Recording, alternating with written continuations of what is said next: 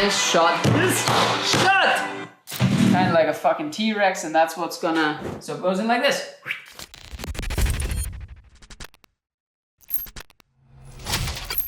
Well, hello there. Welcome back to another episode of Ryan Reacts. So, I'm Ryan, editor, content creator, and agency owner, which means I deal with content every fucking day. And in order for me to continuously learn, I created this format. Now, last week I started to react to the video by Leonardo D'Alessandrini, and that was a fucking golden video. However, due to a lack of time, I wasn't able to react to the full video. And so I decided to kind of dedicate this entire episode of Ryan Reacts to breaking down just this one 4-minute video. Now with that being said, if you enjoyed this type of content, please do me a massive favor and consider smashing the subscribe button. And if you do that, in return, I promise to continue to deliver this type of content on a weekly basis. All right, with that monologue out of the way, let's dive into today's video. Here we go.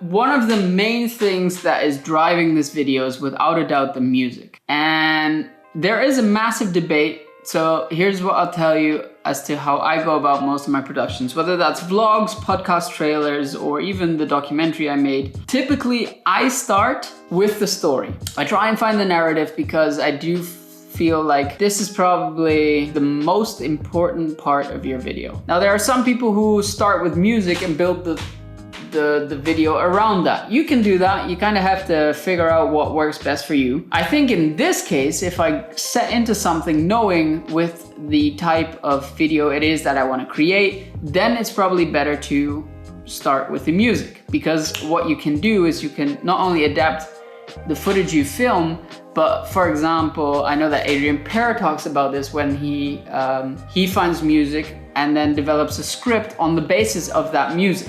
I find this difficult to do because sometimes I don't know in advance what kind of mood it is that I'm trying to go for, and and the reality is that music determines so much of the mood that you bring over. Let me show you. Nothing. That's right. Because you know deep down you deserve to be punished. Don't you, Mr. Potter? See? Judging by the way it flows and the simplicity with which it flows, it almost feels like he chose the music in advance. Now, this is not something I know for certain. Leonardo, if you are watching this, do consider letting me know because I'm very curious. Anyway.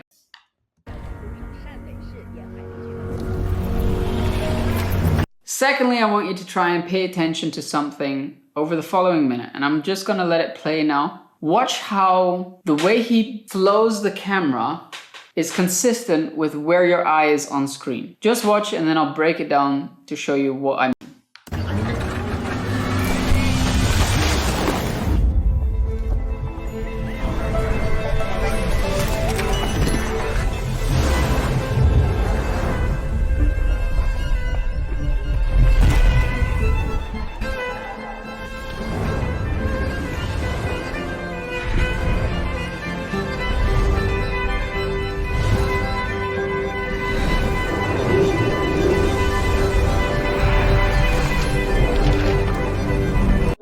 I've spoken about this before, but I find it so important, so I'm gonna reiterate. When you're watching something, you wanna make it as easy for the viewer as possible on what they should focus on screen. What I mean by that is this segment that they have with the cat really shows what I mean. See how here, the hand movement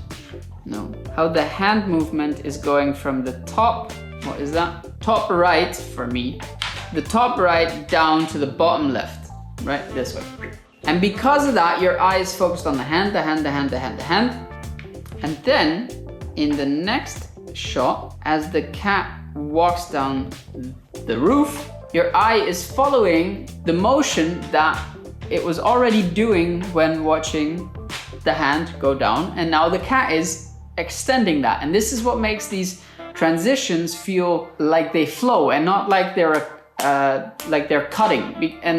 And that's important because in this video, there are no crazy transition effects. There's no morph cuts. It's just genius understanding of how you want the camera to flow and to make it as easy as possible for your eye to follow where you want them to look on screen. Although I think I made my point, I'm just gonna iterate by going into the next 3 shots as to how the movement changes.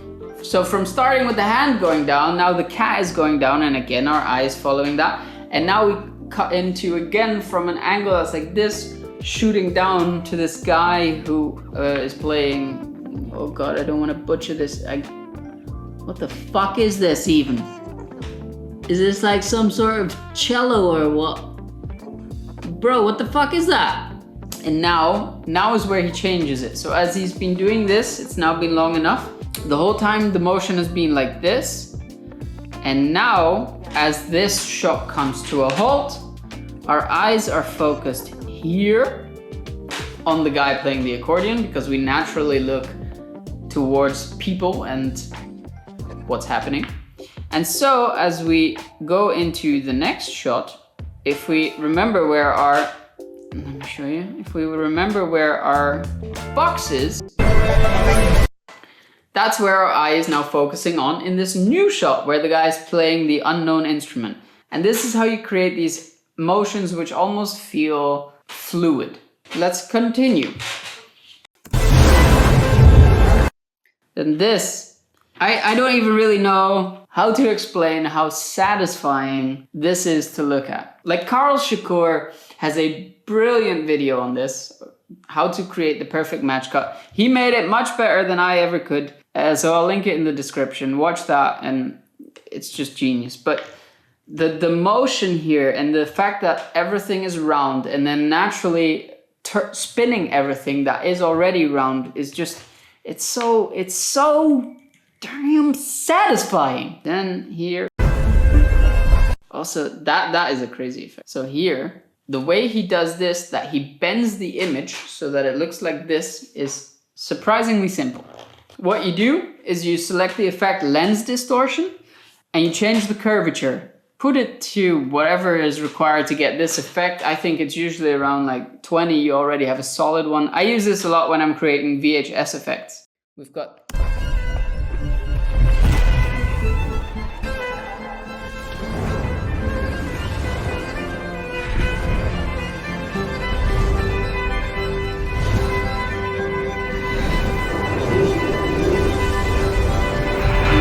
shot.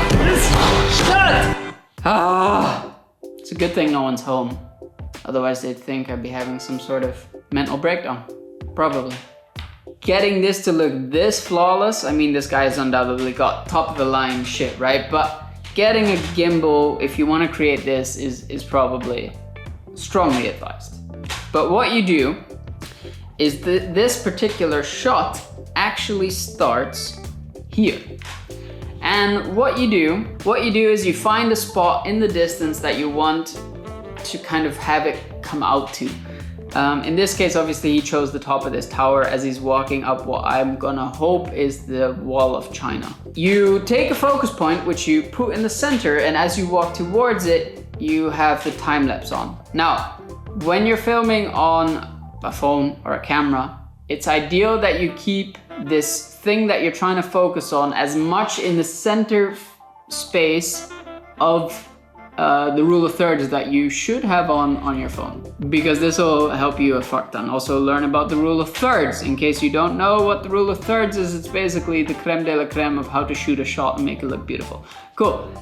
And now you have to time lapse. Now, to be honest, I've never shot a time lapse in my life on a camera.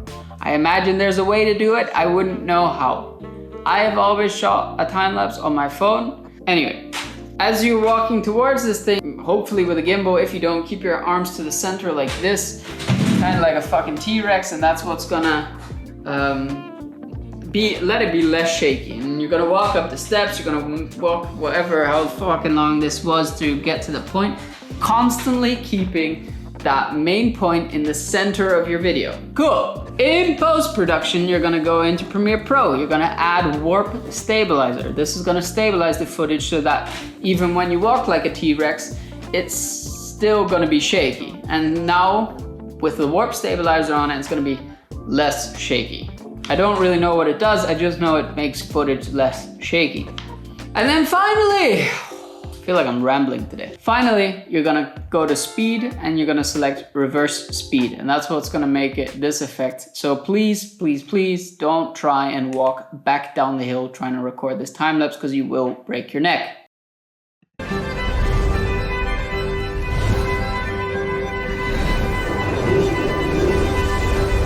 Here we go.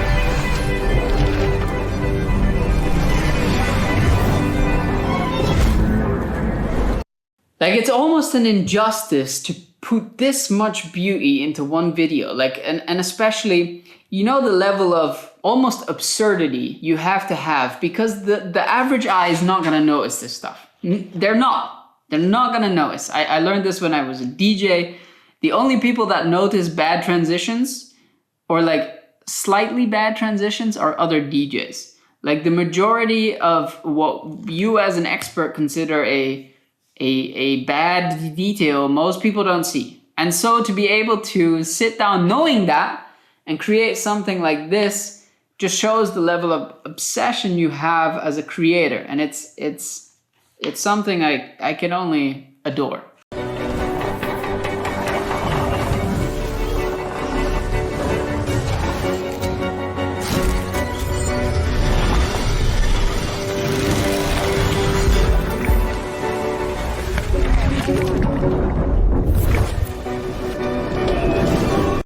Jesus.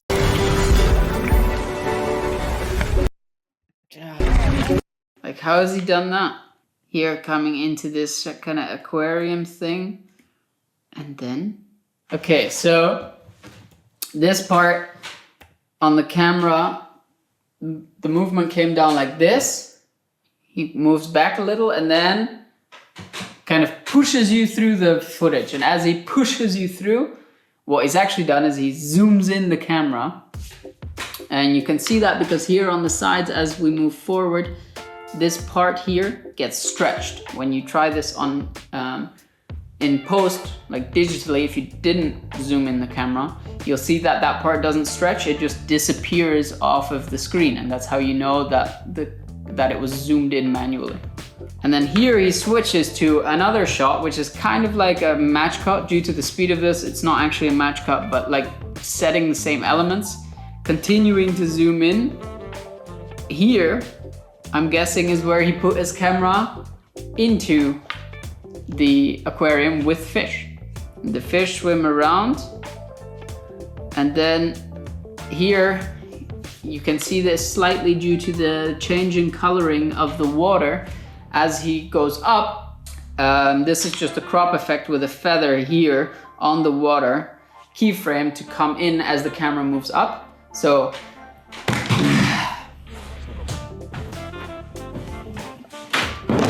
go. This is my aquarium, right, that the guy is filming. His camera is in the aquarium. What he does is he basically lifts up the camera to come out, right? Now, obviously it transitions into another shot where the guy's in the ocean all of a sudden. Now he has the second shot in the ocean whereby he has that same movement coming up. Now, what you do, if we go back to the aquarium shot, is that you put a crop here, and obviously everything that's above here is the ocean shot. That's where your ocean shot has to start coming in. So, aquarium shot goes out of picture. On the position, you keyframe it to essentially fly in so that it feels in motion with what the aquarium shot is doing. So it goes in like this, right? And then you have the ocean shot fully in picture. Then be sure to put on the shutter angle on around 180 to 350, depending on what kind of feeling you want. And also be sure to switch off the composition shutter angle button. I'll add in a screenshot to show what I mean. Cool, I'm talking so much. Okay, 35 minutes. I got 5 minutes left for this.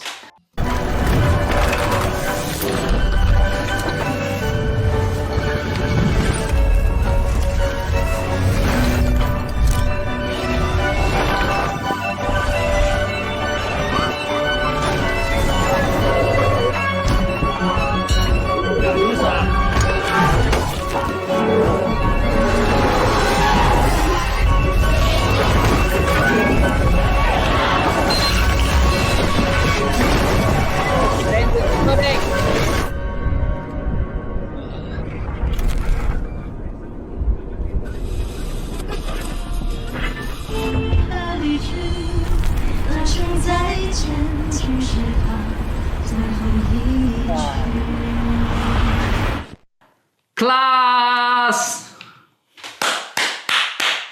This video shows that you can build a masterpiece without all of the fancy flying effects, all of the animations, there wasn't a single animation in here, not a single one. Less is more. It's about the simplicity. It's being able to reduce the level of difficulty that you add and focusing on the story that you want to tell. And constantly asking yourself, is this necessary? Or is this because I can do a cool effect? Because I can show people, look, I can do this effect. Like, does it add to the story? If it doesn't, there may be a chance that you have to cut it. Ladies and gentlemen, if you took time out of your week to watch me break this down, I want to thank you very much. I'm having the most fucking fun making this stuff. I've been making content now for the past 4 years. And this is the first time that I feel like I'm slowly starting to find my people. We have a sick Discord group where people are giving feedback on each other's stuff. Consider coming in there. It's free. As a thank you for watching this all the way to the end. I haven't told anyone else outside of my friends and family this yet, but I will be going to Tomorrowland this year to create 3 different formats for 2 of the biggest DJs from the Netherlands. It's I can't really quite grasp this yet. But I promise I'm going to take an extra cameraman with me. He's gonna vlog. I'm gonna try and lay down as much as I can. We're gonna try bring you a vlog. I'm not sure, it might be a monthly thing at first. It might be a weekly thing. Who the fuck knows? I'm gonna try and log as much of this shit as I can, whether that's business, whether that's this. So if that's something that you would be interested in, please, please, please smash the subscribe button. And with that being said, thank you very much.